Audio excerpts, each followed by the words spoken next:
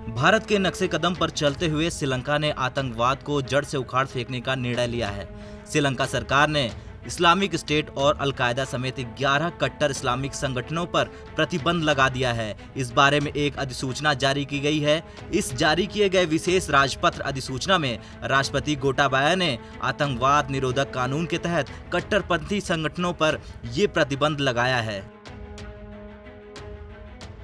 इस अधिसूचना के अनुसार कानून का पालन न करने वालों या फिर ऐसी किसी साजिश में शामिल होने वाले किसी भी दोषी व्यक्ति को 10 से 20 साल तक की सजा हो सकती है। प्रतिबंधित संगठनों में श्रीलंका इस्लामी छात्र आंदोलन समेत कुछ स्थानीय मुस्लिम शामिल हैं। इससे पहले साल 2019 में श्रीलंका के ईस्टर पर आत्मघाती हमला हुआ था, जिसके बाद श्रीलंका की सरकार ने आतंकवाद पर बड़ा कदम उठाया था और स्थानीय जिहादी समूह नेशनल तौहीद जमात के साथ 2 संगठनों को प्रतिबंधित कर दिया था।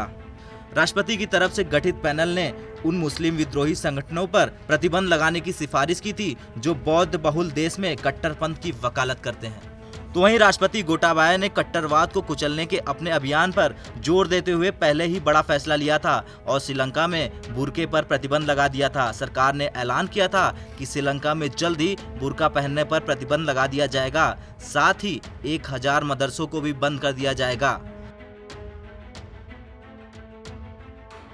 कुछ दिनों पहले ही स्विट्जरलैंड ने जनमत संग्रह कर बुर्के के पहनने पर प्रतिबंध लगा दिया था। श्रीलंका के सार्वजनिक सुरक्षा मंत्री शरत वीरासेकेरा ने कहा कि उन्होंने कैबिनेट की मंजूरी के लिए एक बिल साइन किया है। इस बिल में राष्ट्रीय सुरक्षा के आधार पर मुस्लिम महिलाओं के बुर्का पहनने पर प्रतिबंध की मांग की गई है। बिल के कैबिनेट से पास होते ही श्रीलंका की संसद इस पर कानून बना सकती है। वीरासेकेरा ने कहा कि सरकार ने 1000 से अधिक मदरसा इस्लामिक स्कूलों पर प्रतिबंध लगाने की योजना बनाई है। ये मदरसे श्रीलंका के राष्ट्रीय शिक्षा नीति की धज्जियां उड़ा रहे हैं और उन्होंने सख्त लहजे में कहा कि कोई भी स्कूल नहीं खोल सकता और बच्चों को आप जो भी शिक्षा चाहे वो नहीं सिखा सकते हैं।